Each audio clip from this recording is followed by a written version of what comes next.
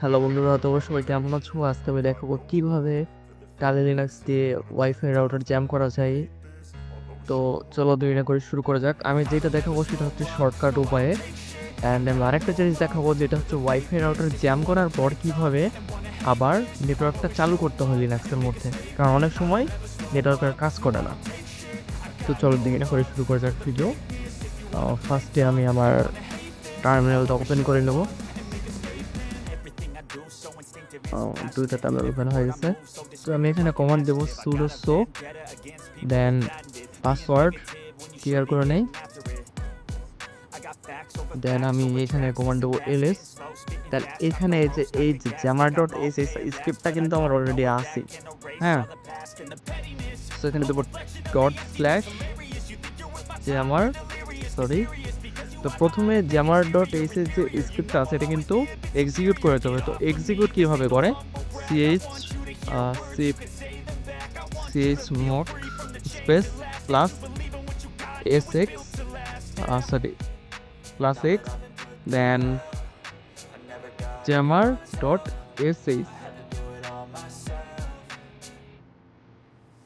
তাহলে কিন্তু এটা এক্সিকিউট হয়ে যাবে, হ্যাঁ। তো এক্সিকিউট যেহেতু অলরেডি করাই আছে সেহেতু আমি টাইপ করবো /jammer.sh, দেন এখানে কিন্তু জ্যামারটা চালু হয়ে যাবে। এখানে আমি টাইপ করব 1। আপনি যদি পিসি ইউজ করে থাকেন সেক্ষেত্রে হয়তো এখানে আপনার অ্যাডাপ্টারের নামটা শো করতে পারে বা যে কোনো কিছু একটা শো করতে পারে। তো আমার যেহেতু ল্যাপটপ সেহেতু আমার যে ইনবিল্ট যে ওয়াইফাই অ্যাডাপ্টারটা আছে ওইটা শো করতেছে WN0। দেন আমি এখানে 1 টাইপ করব, দেন এন্টার করব।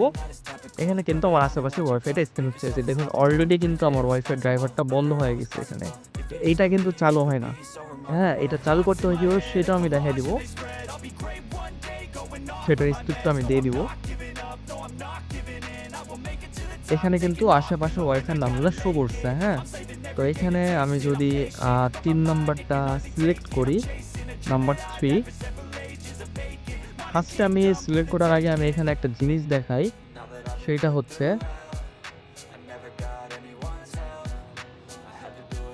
এই যে ওয়াইফাই রাউটারটা আছে এখানে যদি আমি ক্লিক করি তাহলে কিন্তু এটা কানেক্ট হয়ে যাচ্ছে, দেখা যাচ্ছে এখানে কানেক্টেড, নো ইন্টারনেট, কানেক্ট হয়ে যাচ্ছে।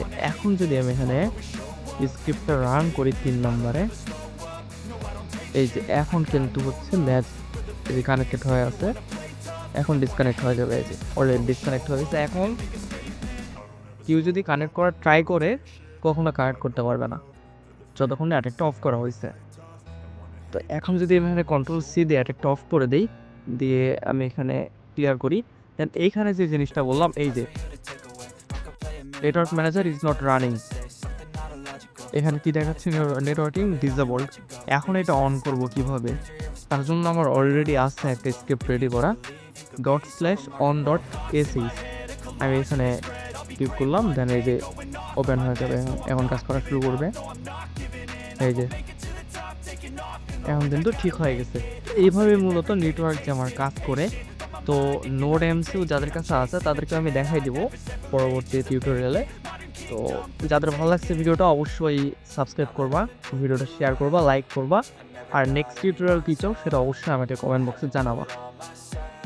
ধন্যবাদ সবাইকে।